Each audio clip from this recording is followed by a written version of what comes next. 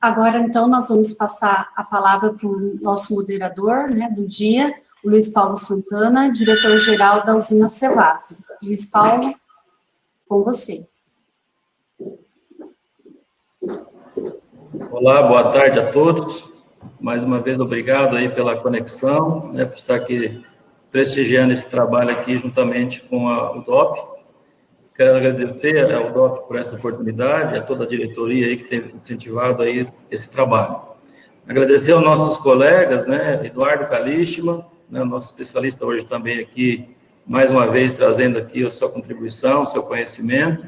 Luiz Fabiano de Azevedo, também hoje aqui junto aí ao time, que trará também as suas contribuições. O Haroldo, né, que trabalha aí com a PSEG, então também trazendo aqui seu conhecimento e suas contribuições.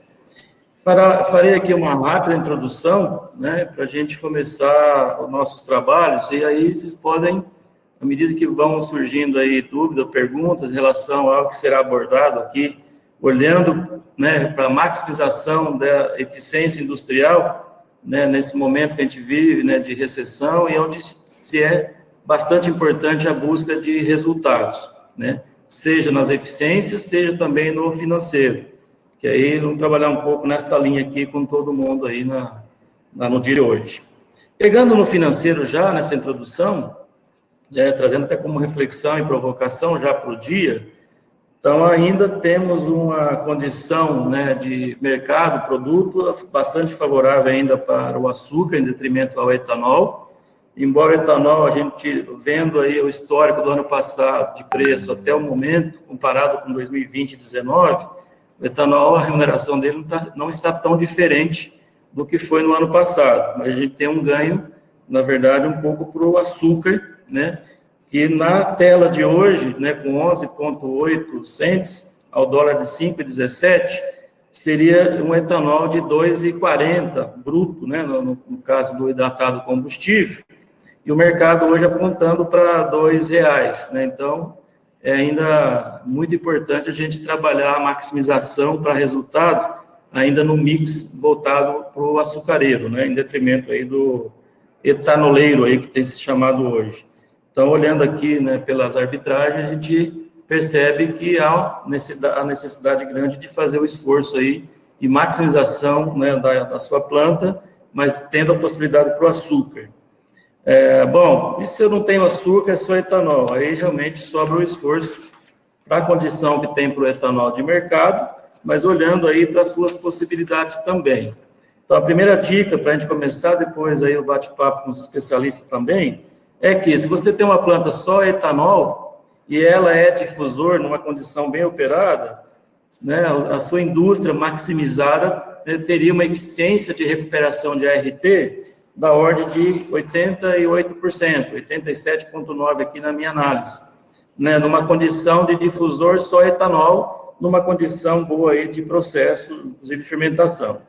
Se for uma usina só etanol moendas, depende aí da configuração, eu estou pegando por uma média geral, né, não é difusor, é moenda, é só etanol, essa sua eficiência seria da ordem de 86,5%, ou seja, a sua eficiência de recuperação de ART máxima só etanol moenda seria de 86,5%.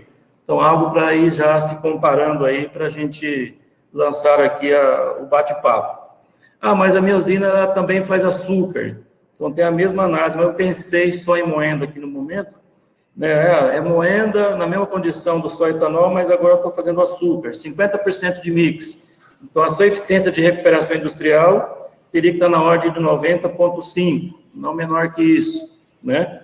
Com moenda e 50% açúcar. Ah, mas se eu faço 60% açúcar, então eu teria que ter uma usina aqui de pelo menos 91,2%, um pouco acima de eficiência de recuperação de ART. Então, esses são os números, assim, para a gente estar já abrindo para a discussão. Mas antes ainda, mais uma outra provocação, que daqui a pouco os especialistas vão estar debatendo em cima disso. A gente olhar também um pouco fora do ambiente só de recuperação de ART, e só de olhar também disponibilidade da planta no quesito operacional, né? Quantas horas eu aproveitei do meu dia, né? O importante é estar juntando a recuperação de ART, o quanto eu aproveitei de tempo e o quanto eu estou aproveitando da minha planta, né, na minha instalação de planta, junto com a qualidade, que seria o que ela pode entregar, né? Então, a gente chama isso de EG, Índice de Eficiência Global, né, que ele está ligando a disponibilidade da planta, está ligando a utilização da planta, que, ou seja, o seu potencial, o seu nominal em relação ao que você consegue fazer, a sua performance e a sua qualidade de execução desta operação, seja extração, seja fábrica de açúcar, seja etanol, seja cogeração. A gente consegue trabalhar o indicador de EG individualmente para cada operação unitária da sua indústria e maximizar isso.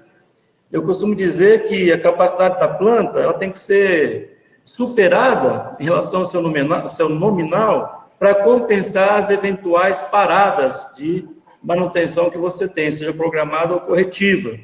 Então, se você consegue operar ela acima da sua capacidade nominal, você consegue ter, né, a possibilidade de uma planta no seu IEG de 100%, que normalmente oscila entre 80% até 95%, né, desse IEG. Então, maximizar é olhar para isso, né, o que eu consigo fazer com a minha planta, né, industrial para obter aí o máximo de aproveitamento de tempo, aproveitamento da capacidade instalada, aproveitamento da qualidade que ela está me gerando, se é na extração, né, na moenda, o difusor, a minha extração, se é na fábrica de açúcar, a produção e com qualidade, e assim por diante. Então, é isso. Então, eu vou deixar já aberto aqui o nosso especialista, dentro da minha introdução, era isso que eu estava prevendo aqui falar com vocês, e já vou direcionar uma pergunta, que daqui a pouco a gente vai colhendo aí as questões e perguntas dos nossos ouvintes, né?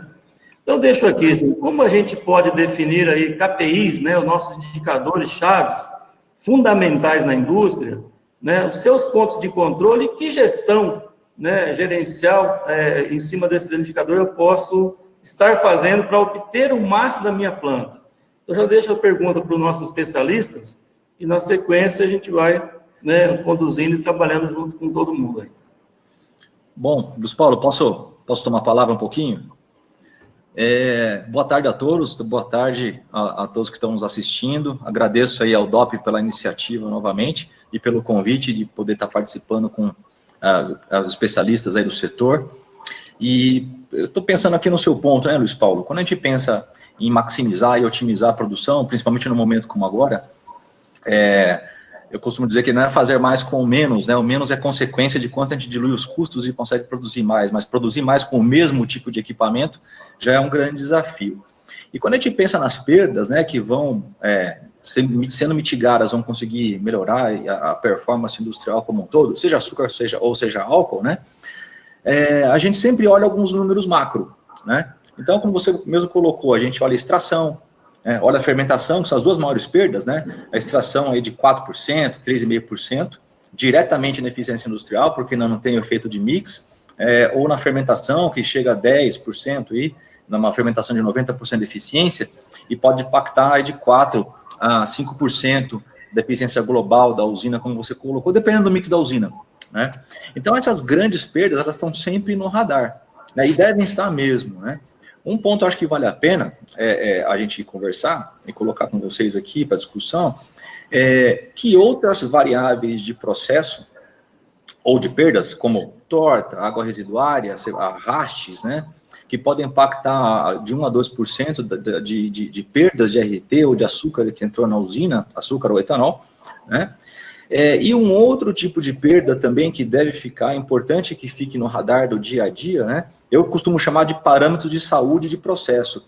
E uma coisa que eu venho discutindo bastante nas consultorias que eu tenho feito, são parâmetros de saúde, né? Quer dizer, não são parâmetros de leitura direta, não é a eficiência final, como a extração, como a eficiência de fermentação, como litros de álcool por tonelada, mas são outros parâmetros indiretos que representam perdas que a gente pode não estar observando, vai observar no fim, ou na eficiência geral, ou em perdas indeterminadas, né? Então, eles são tão importantes quanto as grandes perdas no momento que a gente quer potencializar e extrair o máximo das nossas usinas, seja em mix açucareiro, seja em mix alcooleiro, você falou outro nome agora que eu não me lembro, né? Então, etanoleiro, né? Etanol, né? Etanoleiro. Então, elas super importantes, né? E num momento como esse, eu acho agora a partir de sempre, né? Elas têm se tornado mais e mais relevantes, porque as grandes perdas, os grandes parâmetros, todos nós já acompanhamos via de regra, né? E aí começa a ter um papel muito fundamental, primeiro, a acurácia e a frequência analítica das outras análises que a gente chama de parâmetros de saúde. Eu vou dar alguns exemplos, né? pHs de caldo calhado, na calhagem, a queda de pH nos decantadores, o que acontece do decantador para frente nas evaporações. Ó, estamos queimando, está degradando alguma coisa, a acidez está aumentando. Uma série, e aí vai, assim, tanto para açúcar, tratamento de caldo, como cozimento de açúcar, né, incrementos de acidez no mel final, que pode indicar um pouco de degradação de açúcar no processo, né? E por outro lado, pensando agora, tanto no Max, a gente está no mix Max açucareiro, certo? Mas já teve Max álcool também há pouco tempo atrás. Então, quando as usinas têm equipamentos muito grandes, né, um ponto que é muito importante a gente ter em mente, é que quando a gente muda muito fortemente um mix, e a usina, e um ponto importante, né, rodar muitos balanços, discutir muito com a operação, isso faz parte do processo de otimização também, e de mitigação de perdas, a gente pode ter equipamentos muito grandes, com tempos de residência muito altos, por exemplo, se eu for num mix muito açucareiro, e eu desviar todo o caldo, né, eu posso ter um decantador com um tempo de residência muito elevado, e pode estar me invertendo, degradando o produto. Todos esses tipos de avaliações, eles dependem, primeiro, de uma avaliação e uma análise muito boa, em termos analíticos, propriamente ditos, dos laboratórios industriais. Outro ponto de importância também, e relevância, hoje em dia os laboratórios, e até eu entendo, eles fazem muitas amostras compostas que representam as tendências ao longo do tempo. Isso para efeito de acompanhamento de tendência é perfeito, mas algumas ações que são operacionais e dependem de movimentos operacionais imediatos, né, eles demandam uma frequência maior. Né? E aí a gente parte para uma outra linha, quer dizer, não dá para fazer análise toda hora de tudo, né? E aí a gente parte para a linha de outros KPIs de processo, que são os KPIs de automação e de sensoriamento de campo, né? Então, pHmetros, eu estou falando coisas básicas, mas que no dia a dia a gente sabe que dá dor de cabeça, né? Então, pHmetros online, temperatura, as pressões, medidores de vazão, tudo isso está se tornando cada dia mais importante. Por quê? Porque nós temos várias plataformas hoje implantadas nas usinas e disponíveis para que a operação tome ações efetivas em cima disso, né? Então, vai ter plataforma de Big Data, tem plataforma de controle estatístico, tem os controles avançados, né? E todas essas plataformas, elas fazem um blend, uma mistura de leitura do que é analítico, offline, do laboratório, ou analítico online dos sensores, e de todas essas vazões e massas que acontecem no nosso processo, né? Se a gente tiver uma leitura errada disso, o sistema vai ler uma coisa que não é a realidade, tá? Então, esse é um outro ponto que eu acho bastante importante e eu tenho conversado muito em campo nas usinas que eu tenho visitado sobre como explorar e utilizar da melhor forma possível essas ferramentas que são espetaculares, né? Mas tem que saber interpretar, né, discutir com a operação e transformar toda essa informação em ação efetiva na indústria, seja para maximizar açúcar, para maximizar etanol, ou para se reduzir qualquer tipo de perda, principalmente esses parâmetros de saúde de processo aí, que dá para se analisar estatisticamente e tirar muito resultado daí. Várias empresas, várias indústrias do segmento, nosso setor, tem dashboards muito bons, sistemas muito poderosos, né, que dependem cada vez mais de uma automação muito confiável de campo. Mas nada disso tira, na minha visão pelo menos, a gestão e a capacidade da gente, eu digo operação, me incluo nisso, né, interpretar todos esses dados e saber agir em campo para corrigir uma rota de algum ponto, algum parâmetro que esteja aí saindo fora de processo. Então, como assim, uma sugestão inicial, né, para colocar, né, sugestão, vocês já devem, muita gente já faz isso, né, para fazer um desdobramento dos KPIs, normalmente a gente pega as maiores perdas do processo, extração, fermentação, torta de filtro, multijato, arraste e outros parâmetros, né, dessas maiores, e desdobra nos parâmetros secundários para fazer os KPIs operacionais propriamente ditos. E aí, todos esses parâmetros de saúde de processo que eu digo, pHs e todos os outros tipos de sensoriamento, compõem aí uma gama de outras ferramentas para que a gente consiga monitorar e maximizar o processo, né? Principalmente quando vira o mix bastante, né? É um trabalho que a gente tem feito com algumas usinas e tem se mostrado muito interessante. Acho que o Fernando comentou no outro webinar também, quando você vai fazer uma mudança radical, maior aí de mix, muito açúcar ou muito álcool, rodar vários balanços de massa, balanço de energia, discutir com a operação, tentar identificar os gargalos, e muitas vezes um gargalo não é um problema, não é o problema. O problema, às vezes, é o excesso de equipamento, como eu coloquei. Então, passa a ser gargalo uma produção de açúcar, por outro lado, um processo muito grande ou muito folgado para a produção que a gente quer fazer, pode se tornar um problema de saúde do processo. Eu posso ter um tempo de retenção muito grande no decantador que eu não tinha no mix meio a meio, eu passo a ter no mix 70-30, se a usina não tiver equipamentos modulares que se possa trabalhar com isso. Isso vai refletir no quê, pessoal? Vai refletir em aumento de produtividade, né, em diluição de custos, que eu acho de custos fixos, principalmente, né, que eu acho que o Haroldo deve comentar alguma coisa nesse sentido, né, que é especialista nisso, e em eficiência geral da usina. A global que você comentou, né, Luiz Paulo, ela engloba todas essas perdas de processo ou as melhores eficiências possíveis de se extrair, e a mais complicada aí, e às vezes não é a menor às vezes, né, em alguns casos, as perdas indeterminadas, que são frutos de degradações e perdas que são as mais difíceis da gente encontrar, né? Então, esses parâmetros de saúde, de processo, que eu chamo de parâmetros de saúde, são essenciais para que a gente consiga ir diminuindo as perdas indeterminadas, porque a extração todo mundo vê a todo tempo, né? Porque ela é muito grande, a fermentação também. Agora, quais outros índices associados dentro da extração, dentro da moenda, na operação da moenda, na operação da fermentação, da fábrica, tratamento de caldo, incluindo evaporação nessa área, a gente consegue observar algum tipo de perda invisível, vamos falar assim, ou oportunidade de incremento de produção. Esse é um trabalho de dia a dia, né, de contato íntimo com a operação, e de confiabilidade em equipamentos, sensores, e extraindo o máximo possível das plataformas que estão cada vez melhores, né? Então, acho que são os principais pontos aí, Luiz Paulo. Deixa eu aproveitar para... Quero só fazer um complemento, depois já entrar com uma outra pergunta que tem link com tudo que você está falando aí. Acho que a questão dos KPIs aí, dos indicadores importantes na empresa, e o desdobramento deles, né? Ele tem que fazer sentido para todos, né? Ele tem que fazer sentido para você, profissional, e fazer sentido para a empresa. Claro. Então, por exemplo, eu como responsável aqui da empresa, eu tenho meus indicadores chaves, né? Tenho o industrial, tenho o da agrícola, tenho o do administrativo. Vou pegar um exemplo da indústria que está no meu indicador chave, né? Você pega lá, por exemplo, o próprio IEG ou o RTC. Aí, se tem no meu, ele vem desdobrando isso para os demais. Aí vem, ele desdobrado para o gerente industrial, que vai desdobrar para o supervisor, aí começa a entrar nas operações. Então, cada parcela da operação tem uma parcela ali de indicador que vai nessa pirâmide toda ter sentido. Porque é a sua entrega como profissional, como resultado, e a entrega ao mesmo tempo também de todo o negócio, né?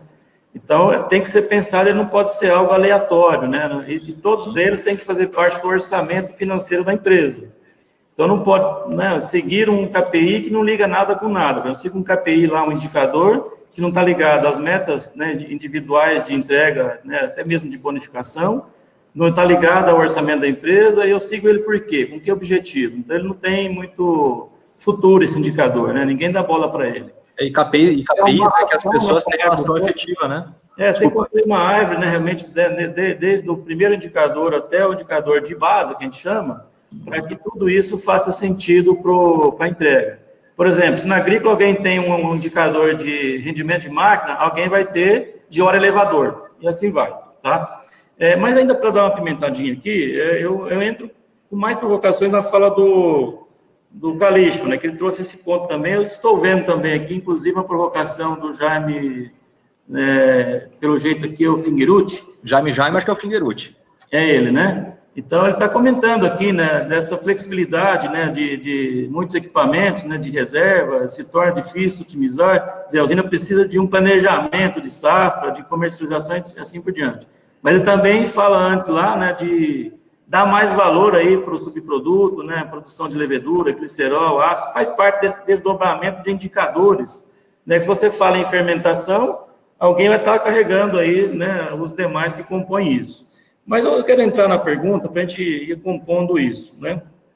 Então, como que a gente, no ambiente, no controle de qualidade industrial, né, esses pontos cruciais, até comentado aqui pelo Kalishma, olhando para as ferramentas, né? Você tem lá um controle estatístico de processo, a estatística em si, né? O que fazer com tudo isso, a análise de tendência, né? Para que lado está indo esse indicador, que correlação ele tem com as coisas, e aí, como a gente projeta isso através de simulações de processo, né, com todo esse indicador na minha mão, que está indicando para que lado a planta está sendo conduzida, como é que a gente harmoniza isso, simula tudo isso para trazer e maximizar a nossa eficiência industrial? Então, deixa essa pergunta também, né, para os especialistas dar a condução aqui do bate-papo. Vamos lá. Eu vou puxar essa para mim, Luiz Paulo. Vocês estão me ouvindo bem, Kalishma, ok? Boa tarde a todos, obrigado, né, pela presença de todos, por a gente estar com os especialistas, estar podendo participar e contribuir um pouco com a experiência nossa. Muito do que eu vou falar, o Kalishma e o Luiz Paulo já deram um spoiler, né? Eu fiz algumas anotações aqui de árvore de indicadores, com uma gestão bastante ativa, com desdobramento e também ação rápida e acompanhamento dessas ações, porque muitas vezes a gente identifica o problema e acaba se perdendo agilidade na resolução. Então, o que a gente precisa realmente é definir essa árvore de indicadores com desdobramento e, a partir daí, trabalhar para que toda vez que der fora algum parâmetro, a gente tenha alguma ação efetiva e rápida, né? Tempo é dinheiro. E, como exemplo, eu vou falar um pouco, por exemplo, de pH de caldo caleado. A gente tem ele online, praticamente todas as usinas têm isso online. A gente estabelece lá os parâmetros. Hoje a gente consegue medir aqui quanto tempo ficou fora do parâmetro e quantas vezes saiu do parâmetro, cada unidade, e aí a gente consegue, então, ver tendência. Então, hoje, praticamente pH de caldo caleado, por exemplo, ou dosado, em alguns lugares chama assim, eu nem olho em laboratório mais, eu olho só aquele que vem do processo direto, e esse é o número do operador que está lá no decantador, e ele é guardião desse número, junto, lógico, com os líderes, o pessoal dele, mas ele precisa estar atento a isso e gera alarme quando está fora, então todo mundo tem essa observação para poder atuar.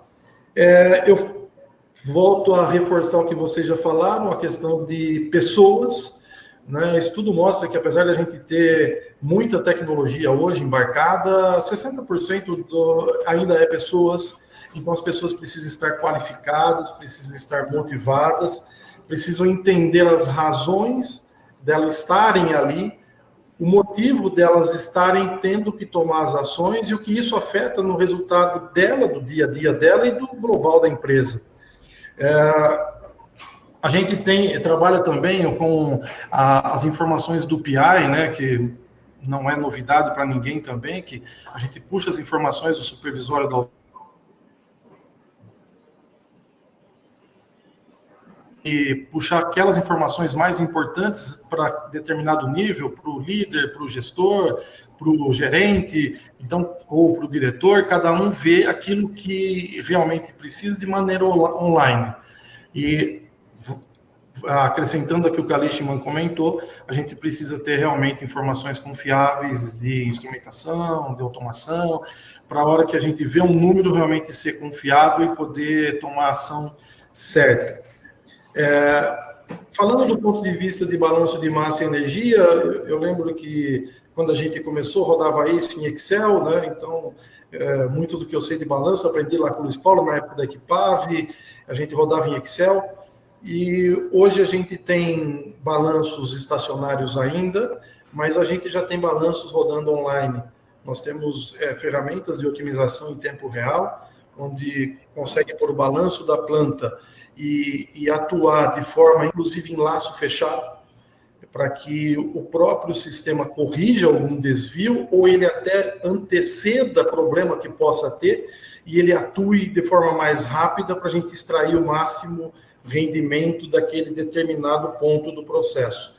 O outro ponto que também não é novidade para a gente, muito se fala, é o gêmeo digital, que é a gente estar comparando constantemente o nosso balanço de massa e energia da planta com o que está acontecendo em tempo real. E esse gêmeo digital, ele vai te dando ali aqueles parâmetros que estão fora e que podem te dar problema, então a gente começa a trabalhar com prognóstico e não mais diagnóstico, né? Então não é mais o pós-morte, né? Então a gente trabalha antevendo problemas e com isso a gente consegue ter uma ação mais rápida e resultados melhores. Eu diria que aqui a gente sempre fala que a gente tem que sempre olhar GPS e não ficar olhando mais retrovisor. Então, o GPS... Eu vou fazer uma pergunta aqui para os nossos especialistas. Aí mesmo. Aquelas perguntas surpresa, tá? Essa não estava no script. Ninguém esperava por ela. A gente não combinou, hein? Quando a gente fala em qualificação das pessoas, treinamento, etc. e tal, que é extremamente importante para se conseguir conquistar qualquer indicador, sem isso é praticamente impossível. Qual o parâmetro que vocês têm? Vamos falar um número que é mais fácil de analisar, que é o HHT, né? Hora Homem Treinamento, pensando que são as horas Homem Treinamento de toda a massa, não só treinada, né? De todas as horas homens trabalhadas na empresa, 100% do seu contingente. Qual é a referência que vocês têm sobre isso? Como a empresa assim, está levando ao conhecimento para as pessoas, que nível de HHT ela está tendo? Só para a gente deixar isso mais claro aqui no nosso bate-papo sobre qualificação das pessoas e treinamento.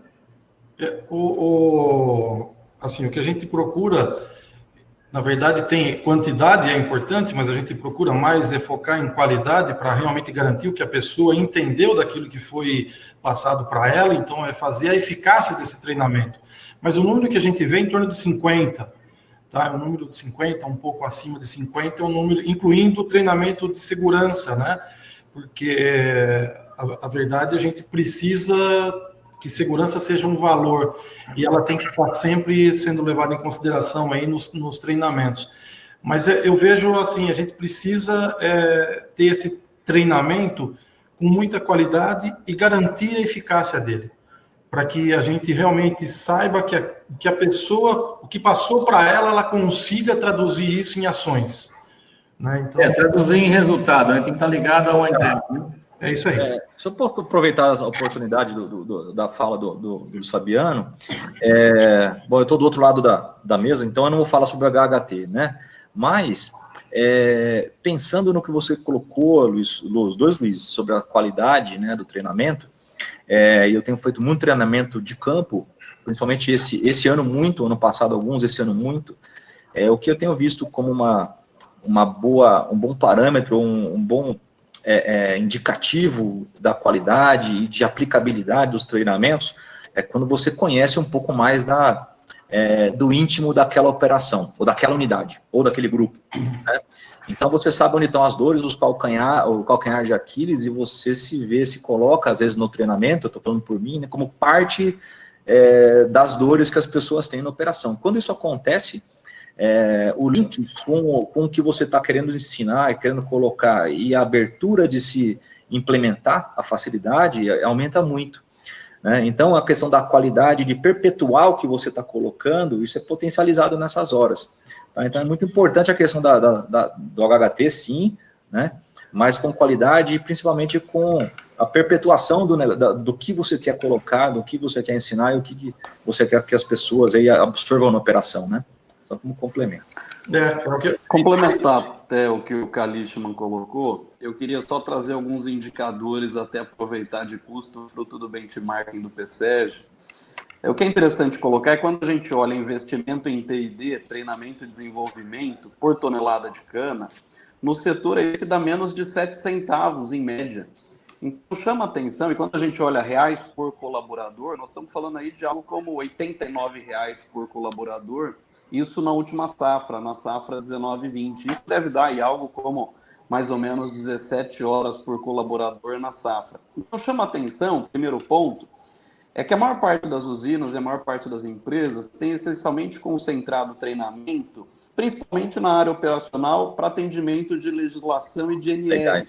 E não pensando na mudança de patamar e aquilo que nós precisamos ter, e vou voltar agora numa provocação que o Kalishman fez no início, que é o seguinte: nós não precisamos mais na indústria de profissionais operacionais, nós precisamos de pessoas que saibam identificar o erro, saibam identificar o problema e tomar a decisão de forma assertiva e com agilidade. Ou seja, eu não preciso mais de um apertador de parafuso, como a gente costumava dizer lá atrás, mas eu preciso de alguém que tenha agilidade no processo de tomada de decisão e, principalmente, do volume de dados que nós geramos, que ele saiba interpretar esses dados para a tomada de decisão. Então, acho que também envolve um pouco de mudança de mindset. Às vezes, quando a gente olha até para o HHT, a gente está lá, tem um número gigante, mas desse número acaba sendo a maior parte concentrada, tudo em NR, tudo em treinamento obrigatório, e nenhum, às vezes, para mudança de paradigma do colaborador em termos de capacidade analítica do seu desenvolvimento e até mesmo pensando em melhores práticas para a empresa. Concordo com você, Haroldo. Eu tenho um comentário sobre isso. As NRs são importantes, tem que manter aí ela atualizada, sempre tem pessoas novas dentro do processo, tem que conhecer bem as NRs. Agora, realmente, as especialidades, né, dentro do negócio, eles têm uma importância, essa renovação, porque os equipamentos são mais modernos hoje. Então, você coloca aí hoje uma colhedora, né, da última geração, ainda com uma operação sem se especializar, sem, né, ter uma atualização do conhecimento, até a pessoa conseguir adquirir conhecimento, houve muitas perdas, né, com relação à produtividade, quebra, etc. e tal. Então, realmente, não é só voltado às NS, que é importante, tem que ser todo ano, voltar aí uma passada por isso. Mas as especialidades é muito importante. Então, cada vez mais, assim, as empresas estão se tornando uma universidade própria, né, de desenvolver pessoas, né, dentro da especialidade, trazendo conhecimento e assim por diante, né, então, cada vez mais aprimorando esses processos nesse sentido. Seguindo, então, nesse momento nosso aqui, eu lanço uma outra questão, né, que é avaliando o potencial de resultado financeiro e com as variações de preço de açúcar e etanol no mercado. Né, como devemos proteger a empresa para que ela tenha realmente o seu melhor resultado, maximizando tudo isso, né, preço, açúcar, etanol, mercado e o mix que essa empresa está produzindo. Deixo essa pergunta também para os nossos especialistas. Depois eu ligo isso, o Haroldo adiantou um pouquinho também falar de benchmark e custo, e a gente seguir aí o nosso bate-papo, que já são 16h07, tem mais um tempinho aí. Bom, primeiro até aproveitar e agradecer mais uma vez ao DOP e agradecer a esse time de peso de especialistas aqui. Eu acho que é uma oportunidade ímpar para a gente estar conhecendo um pouco mais do setor. Mas aproveitando a sua pergunta, Luiz, eu acho que essa safra, assim como ao longo das outras safras, a gente tem aprendido muito forte uma característica, que é diversificação. Por que falo isso? Se olharmos para a safra passada, quem nos trouxe resultado foi justamente o etanol. E essa safra, quem está nos tirando o resultado, principalmente no início da safra, foi o etanol. Portanto, eu acho que a primeira palavra começa com diversificação. E diversificação, entenda, diversificação maximizando o uso do seu ativo industrial. Então, quando eu falo de diversificação, entenda a produção de açúcar, etanol, bioeletricidade, biogás, aproveitamento de leveduras, ou seja, agregar valor aos subprodutos, trazendo os princípios de economia circular. Eu acho que o primeiro pilar de sustentabilidade financeira hoje do setor que a gente tem observado é justamente isso. Começa pela diversificação.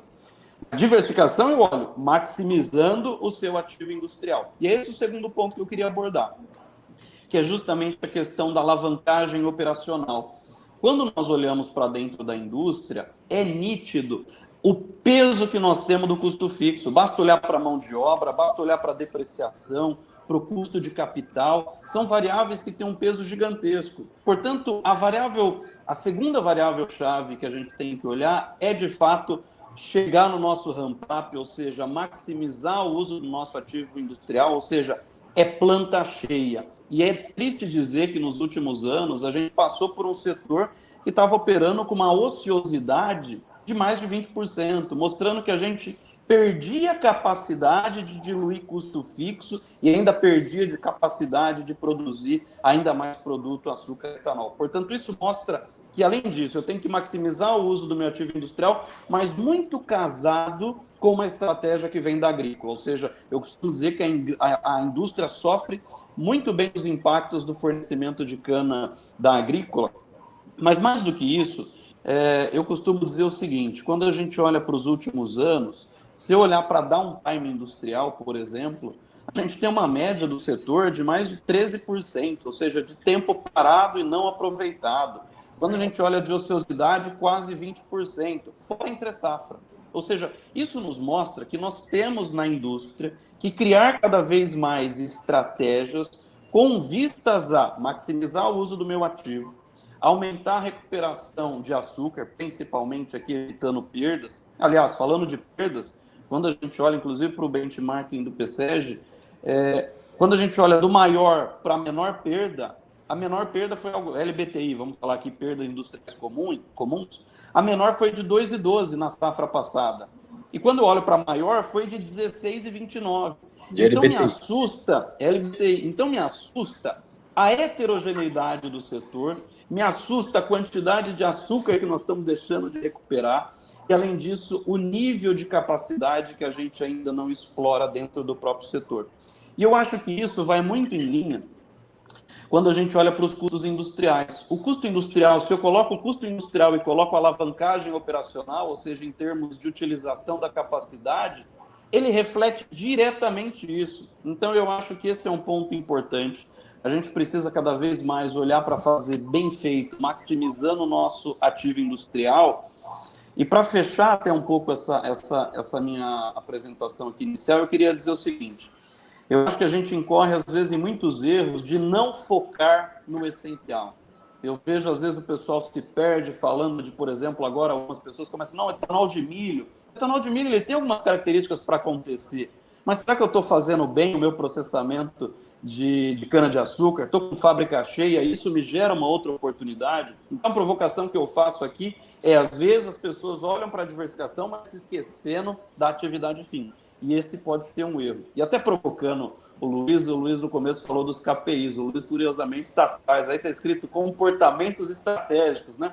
Ou seja, mostrando muito bem que KPI tem que estar amarrado primeiro lá com o planejamento estratégico e que isso é que vai desdobrar depois nos nossos KPIs operacionais. Então, isso fiquei muito feliz até de ver que o Luiz falou de boca fechada e cheia aí, dizendo dos KPIs dele, mas eu acho que é isso. E nos mostra o seguinte: às vezes até falta um planejamento estratégico adequado, um balanço scorecard que se reflita lá na operação, no indicador. E que isso, inclusive, esteja alinhado em termos de comunicação para todos os colaboradores, ou seja, que todos saibam, cada KPI seu, o que se reflete lá no resultado financeiro e operacional da companhia. Então, às vezes, de que forma cada um contribui, também, né?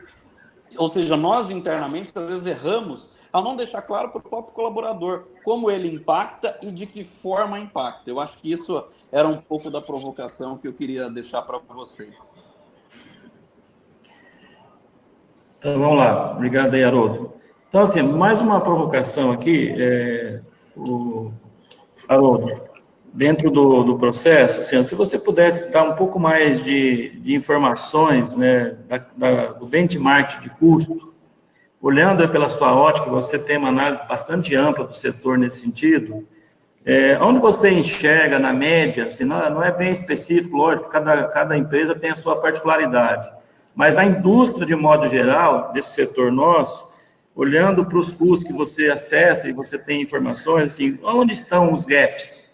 O que você apontaria aqui hoje, olhando para o que você analisa de massa de dados de custos, de um modo geral? É triste dizer, Luiz, que o próprio setor ele vem passando por um processo de ajuste ao longo do tempo. E a variável que mais sofre, a variável que às vezes você olha um ano para uma usina, costumo brincar com o nosso time, eu falei, olha essa variável com calma, é manutenção industrial. Ou seja, muitas usinas acabam fazendo o seguinte, eu não tenho caixa, faz uma manutenção pela vamos dizer assim, a manutenção que dá, não é ideal, né? E eventualmente acaba colhendo os resultados na safra seguinte em termos de problemas industriais, de paradas. Então, isso eu costumo dizer que dentro da indústria é uma variável que me assusta e, na realidade, para mim, ela é um prognóstico do próprio desempenho financeiro da usina. Quando a gente vê um custo de manutenção industrial que algumas vezes vem com valores baixos perto do próprio histórico de alguns grupos, a gente sabe da heterogeneidade, da idade dos nossos ativos, mas existem valores que, a depender da tecnologia que ele está utilizando e da idade do ativo, você já sabe o valor da manutenção ideal, e isso chama a atenção, talvez essa variável que eu olho internamente dentro da indústria, para saber, inclusive, o desempenho daquela companhia na próxima safra. Então, na realidade, o próprio setor, dado o desempenho que vinha tendo, acabava cortando e penalizando a própria indústria em termos de manutenção e daquilo que poderia entregar de resultado na próxima safra. Então, eu acho que uma variável-chave, inclusive, para se discutir é em relação à manutenção industrial. Não, eu concordo plenamente, Haroldo, assim, olhando, inclusive os custos, né, de um modo geral, nesse setor, se você pegar, né, compondo o agrícola, nesse bate-papo aqui junto com a indústria, né, os maiores custos estão ligados aí à manutenção desse ativo, né, o ativo agroindustrial, aí, tanto agrícola como industrial. E realmente não ter uma atenção aí de um planejamento bem feito, um controle acirrado desses custos através de uma boa manutenção, não é só cortar o custo, é fazer melhor a sua manutenção, e às vezes ela acaba sendo, sim, uma redução de custo na linha do tempo, né? E a gente percebe que as performances, né, vão subir a partir daí, né? Se você não faz a manutenção, a conta vai ser paga no ano que vem, economiza a caixa hoje, no ano que vem você não tem uma indústria, uma agrícola para processamento, né? A gente tem uma experiência muito grande aqui, inclusive, olhando o IEG, que eu comentei no início, a gente teve assim, uma evolução em 4 anos muito grande, né, de levar a planta de uma capacidade nominal de difusores, né, que são 2, na verdade, um de 4, um de 8 por dia, né, 8 mil toneladas dia, um de 4 mil, são 12 mil por dia, estão processando acima de 15 mil hoje, mas o interessante que mesmo quando ele processava 12 mil, ele tinha uma extração média de 95,8. Está processando 15, ontem foi 15.800 praticamente de moagem, com extração de 97,1. Então, assim, onde está isso? Realmente, você acabou de comentar agora. Como é que você harmoniza tudo isso? Você tem que ter uma planta que consiga extrair, que consiga, né, operar, trabalhar, aproveitar o máximo do seu tempo. Então, não foi cortando manutenção, que isso até aconteceu aqui no passado, que depois deixou a empresa sem condições de processar nos próximos, né? Então, colocamos isso em ordem, na verdade, assim, como é que essa manutenção está sendo conduzida, né? Ao menor custo, mas sem, né, deixar de fazer o que é importante no negócio. Algumas coisas, né, Luiz Paulo? Trazer resultados, assim, excepcionais. A gente está muito feliz de ver a safra 2020, né, em cima disso, bem no ponto que você comentou agora. E um dos esforços foi treinar a gente, preparar, especializar e cortar serviço de terceiros. Nada contra os terceiros, mas tem manutenções que ela tem que ser dentro de casa, né? Ela tem que estar confinada à expertise e à habilidade das pessoas que estão dentro. Aquilo que você não é capaz de fazer, acaba indo para fora, né? Para as oficinas, etc e tal. Mas você tem que especializar o seu time de safra, com uma entre-safra, para harmonizar tudo isso, né? Seja na agrícola, seja no industrial. Aqui o assunto é industrial, mas é essa harmonia realmente. A manutenção é algo para se colocar mais HHT, né? No treinamento de qualidade, né? O Fabiano colocou muito bem. O que eu quero com esse treinamento? Então, tem uma contrapartida, né? Então, eu quero alavancar a minha entrega por máquina dia, eu quero subir a minha eficiência operacional e industrial, porque estou fazendo isso ou aquilo. Está atrelado a um indicador que será medido, né, para você realmente trazer isso como prova daquele treinamento efetivado, né? Então, acho que passa muito por isso hoje. A gente não pode entender que caminha sem pôr conhecimento nas pessoas, né?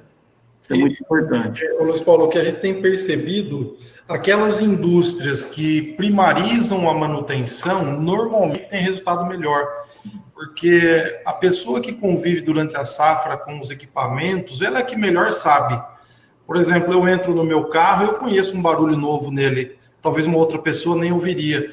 Então, ele consegue entender o que precisa realmente melhorar e depois ele sabe que aquilo que ele fizer na entre-safra, ele vai ter que conviver na safra. Gera um compromisso da manutenção bem feita, né, Luiz Paulo? É uma responsabilização. Né? Então, a gente percebe isso. Além de reduzir custo, claro, melhora toda a performance. Ele assume a propriedade. E é interessante essa questão da propriedade, que começou até com dentro de um processo que a gente tem um campeonato interno, que todo mês ele é trabalhado, né? A gente chama Liga dos Vencedores, e a gente dá a premiação mensal para o primeiro, segundo, terceiro, em forma de troféu, mas é um troféu que ele pode trocar de mão, né? E o pessoal foi pegando o gosto por isso, é tão bacana esse momento, e começaram a pôr nome nas máquinas, né? Então, você vai lá, por exemplo, você vai ver lá, a máquina tem nome. Então, assim, é interessante você ver isso, porque você percebe que ele está tomando posse, né? É uma propriedade dele, né? Só o fato de estar identificando aquilo com ele. Virou dono, né? E aí virou dono. Você percebe, assim, muda totalmente o comportamento. Aí é o que você acabou de falar, ele fez a manutenção no que é dele e ele vai estar operando com aquilo que ele fez o próprio trabalho. Então, a gente tem percebido uma mudança muito grande em cima disso. Luiz Paulo, só colocando um ponto em cima, complementando um pouquinho e vendo o que o Haroldo colocou também, pensando no nosso curso de manutenção, né, a nossa indústria é uma indústria que demanda CAPEX de manutenção, ela tem um grau de vamos dizer, você consome um ativo durante o processamento, né, então ele é de CAPEX intensivo, assim como outros tipos de indústria também. Agora, uma outra visão, que eu acho que o Haroldo deve ter mais experiência nisso, imagino, como se vê a manutenção pensando em TCO, né, o Total Cost Ownership, que você vê a manutenção com melhores materiais, com melhores técnicas, como se for preconizando um retorno futuro de redução dessa manutenção, né, é um ponto de vista que, na minha visão, deveria ser mais implementado, né, porque ele sai daquela visão, vou gastar com a manutenção, é um CAPEX recorrente, e realmente por uma coisa, vou gastar melhor esse CAPEX de manutenção, esse investimento de manutenção, para obter menores custos de manutenção daqui 1, 2, 3 safras, né? Uma coisa que tinha que repensar, talvez. Ainda aproveitando o gancho, entrando no assunto de manutenção, que faz parte desse tema maximização de resultados, tem um colega aqui, né, fez vários comentários, e um bastante bacana aqui, que eu vou comentar, ele fala um pouco de aços, né, um deles aqui fala do aço, mas tem um outro comentário que ele fala, eu acrescentaria que os operadores e seus gestores estão com dificuldade de justificar uma despesa de manutenção, e a usina sofre no futuro com um corte de despesas desinteligente, da maneira que ele conseguiu aqui, abre aspas, fecha aspas, né? Ou seja, falta um pouco de análise mais profunda, né? Às vezes não é um corte inteligente, porque assim, não é cortar a despesa, né? Você tem que fazer redução de despesa. Cortar é diferente. Então, assim, simplesmente cortar é não fazer. Redução é fazer uma aplicação de material de longa duração. Às vezes, naquele momento, ele é até mais caro na aplicação. Mas se reduz ao tempo, né? Ao tempo. E é um redutor de custo, entendeu? Mas alonga a vida útil, dá disponibilidade para a planta. Você vai ter um IEG melhor na sua... Então, assim, realmente eu concordo com esse comentário, porque não é chegar e dizer assim, olha... Estou tirando, né, o seu direito de fazer manutenção, estou cortando seu custo para sobrevivência. Aí é uma morte súbita, porque amanhã você não vai ter isso para rodar. Aí você tem que fazer uma boa análise, o caixa não está comportando isso, mas aquilo que for fazer tem que ser bem feito. Tem que ser bem seletivo nessas horas para realmente conseguir passar por isso. Não é uma tarefa tão fácil quando falta caixa, mas ela tem que realmente ser muito mais bem analisada para se fazer. Aproveitando ainda dos colegas aqui, né, a gente tem aqui vários comentários, né, e um comentário aqui que realmente, assim, voltando um pouco mais em indicadores, e a pessoa que acaba tendo razão, porque assim, a maior parte dos indicadores são atrelados a quilos por tonelada de cana, ou né, quilos por tonelada de açúcar, ou metros cúbicos de etanol, etc. e tal. Então, ele faz uma menção sobre isso, né, para que realmente consiga ter algum indicador que seja um pouco mais bem elaborado, que não seja só atrelado ao indicador aí de moagem. Tem esse comentário aqui, e um alerta, na verdade, né, que a pessoa também tem um outro comentando aqui, eu selecionei, sobre balança de cana, né? que as balanças normalmente não são, né, tão bem controladas. Isso aqui não tem como, porque a gente frequentemente tem vistorias, né, de metro, etc. Então, isso aqui não tem como você ser negligente com balança que pesa a entrada de cana. Ela tem que estar em dia, calibrada, com comprovação de calibração, certificado e funcionando bem. Então, assim, eu acredito que todos têm uma entrada de cana bem pesada e bem avaliada. Não tem, você pode ter o recurso, né, um pouco mais elaborado, né, no sentido, tá eletrônico, etc. e tal, mas mesmo as que são um pouco mais simples, mas ela tem a obrigatoriedade da certificação e calibração. Isso aqui eu vejo que é comum para todos, né? Aí é um comentário, ele está aqui, né, aproveitando aqui um deles aí, tá? Eu concordo com outro comentário também que está aqui, que a pessoa, né, sempre fala que a indústria precisa de pessoas, né, que sabem entender a linguagem do processo para responder no exato momento. Lógico, sim, você tem que ter alguém dentro da planta, né, junto com o seu nível operacional, que conheça da planta para falar a mesma língua, né, para conseguir conduzir, trabalhar, mas mais do que isso, é preparar e treinar as pessoas. Então, de um modo geral, os comentários que eu olhei aqui, se vocês, né, observaram algum comentário aí que é importante comentar. Luiz Paulo, eu vi eu não lembro agora, não estou achando aqui, estou tentando voltar aqui no chat, mas alguém colocou alguma coisa interessante com relação ao SJM, né? Assinar aqui. Isso, de recuperação de fábrica, né? Eu leio aqui. Se você tiver fácil para você, por favor. Até a saída do secador, quais são os parâmetros fundamentais para a redução de tempo de cozimento e maior SJM? Eu tenho uma consideração, na verdade, assim, esse assunto é o tema de um webinar, né? Para fazer um webinar inteiro sobre isso aí. Mas um negócio que eu acho importante colocar para vocês aqui, para colocar para discussão e debate, na verdade, é que quando você vai falar em mix açúcar, o SJM ele é uma relação entre diferenças de pureza. Não necessariamente um alto SJM, extremamente alto, pode ser um sinal de alta produção de açúcar efetiva, né? Então, só para a pessoa que colocou, que eu me esqueci o nome aqui, colocou a pergunta. Inara. Inara, né? Observar o SJM é importante, ele é sim, mas a gente tem que sempre levar em conta o ensaque específico da sua fábrica com relação ao nominal ou que está planejado, né? Por quê? Porque como o SJM ele é uma relação de purezas, pensando agora nesse mix açucareiro, que a gente pode ter um KPI de SJM, né? Ou alguma coisa nesse sentido, se você recircular muito mel na fábrica, as suas quedas de pureza vão aumentar. O seu SJM pode, face à entrada de pureza do xarope, ela pode até aumentar. Não quer dizer que você está na melhor produção possível também. Pode ser que sim, pode ser que não. Então, a gente tem que sempre avaliar o SJM em conjunto com outras variáveis. Primeiro é a produção efetiva de açúcar. Quanto está ensacando a minha fábrica? Né? Meu SJM está bom? Né? Porque, com relação às velocidades e tempo de retenção, quanto maiores as purezas de processo, mais rápidas as velocidades de cristalização. Então, tem esse balanço, né, entre SJM, pureza e velocidade. Contanto que você esteja sacando o que você precisa, né, esse é o que vale, né, o açúcar no saco, o açúcar no big bag ou lá no armazém, né, pela cana que moeu ou o xarope que entrou na fábrica. Então, só tem que tomar cuidado com isso. Contribuindo ainda, Eduardo, é importante verificar onde que você está coletando esse mel para fazer a pureza. Exatamente. Muitas vezes você faz ali na centrífuga do mel final e está chegando outra coisa lá no tanque de mel seu da destilaria, ou tá mandando. Exatamente. Tem o tanque e está indo outra coisa lá para a destilaria, né, para fermentação. Então, é bom a gente ficar bastante atento a isso. E aí eu contribuo com isso mesmo e corroboro com você. O importante é o açúcar ensacado, o açúcar produzido, e o SJM, para mim, é meio que uma consequência disso. Não adianta estar alto e não ter açúcar lá no saco. Né? Tem que ter sacando, né? Exatamente. Ok, tem os colegas também postando aí que também fornecem treinamento, etc e tal, está aí postado, tem o contato, então fica aí a liberdade.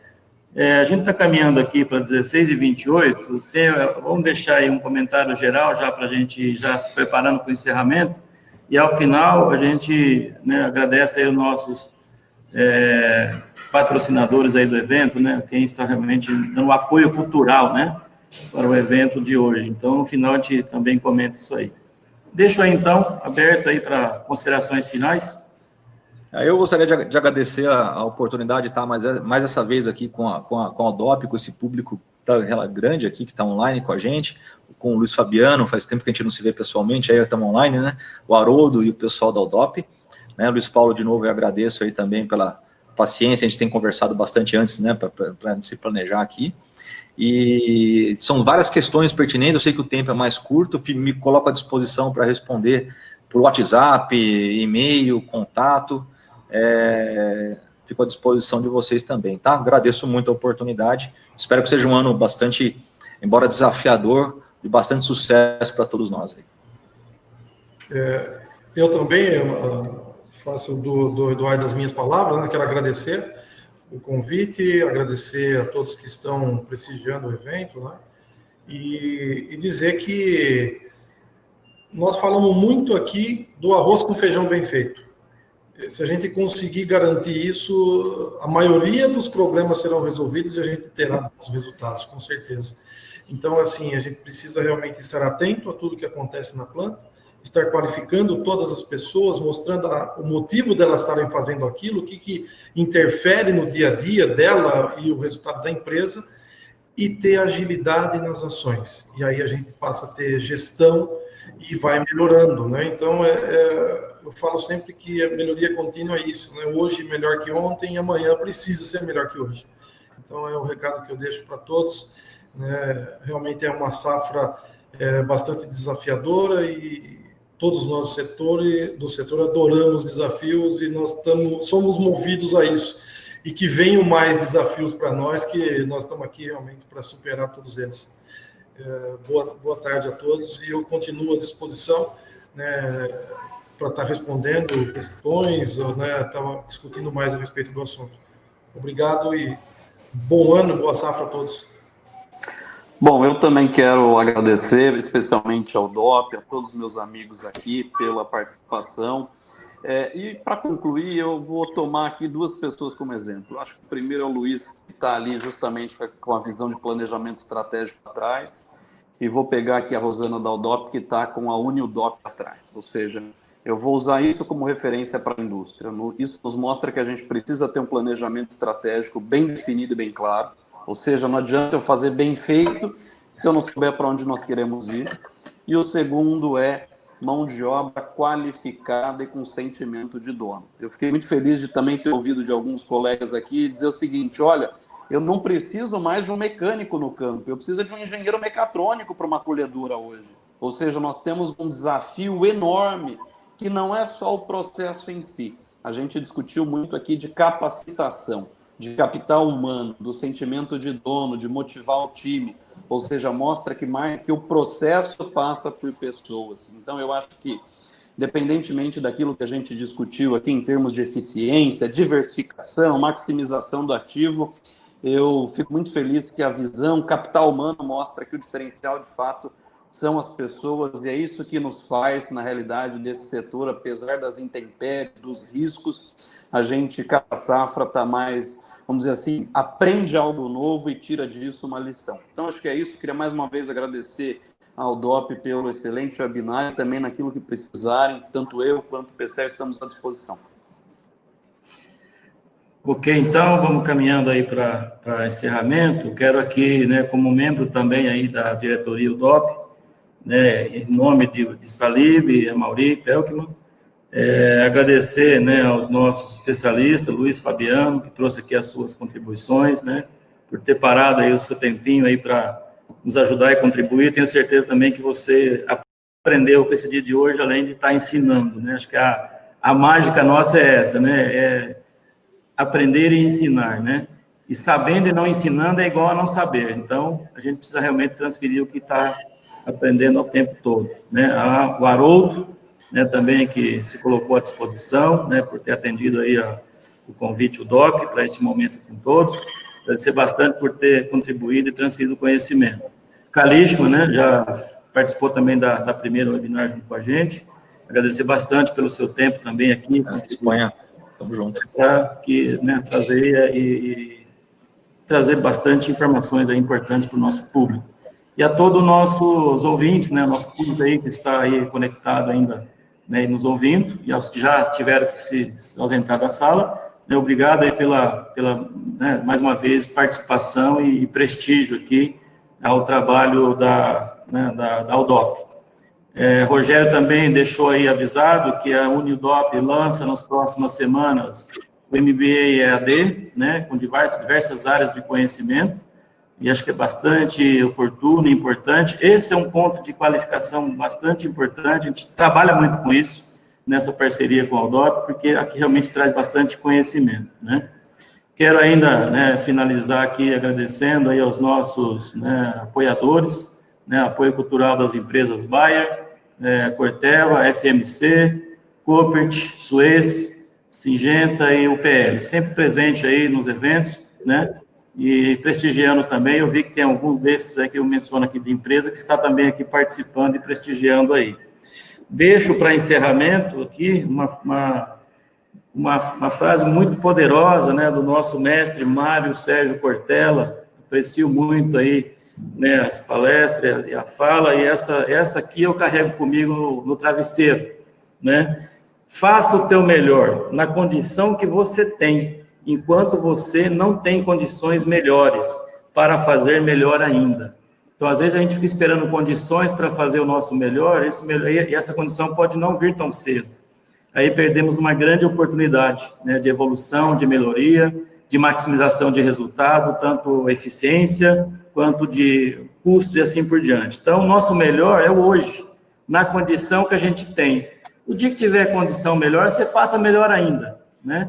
Aí você realmente atinge o estado da maturidade, o estágio da excelência, né? Eu acho que nós buscamos aqui no bate-papo um pouco dessa visão, né? Ser excelente naquilo que nós estamos fazendo é o nome, né? Maximização é isso, né? Ser excelente. Então, na condição que tem, seja o seu melhor. Então, obrigado a todos e até uma próxima oportunidade. Tá? Me despeço aqui. Um abraço. Eu quero agradecer a todos vocês, né, ao Luiz Paulo Santana, ao nosso coordenador do Comitê Industrial da UDOP, o nosso moderador de hoje, ao Kalishman também, que está sempre nos ajudando no Comitê Industrial, ao Luiz Fabiano e ao Aron. Então, a diretoria da UDOP agradece a participação de todos vocês e a participação também dos nossos colegas pelo chat. Muito obrigado a todos e tenham um bom final de dia. Até mais. Um abraço a todos. Obrigado, parabéns a todos. Valeu. Obrigado, tchau, tchau.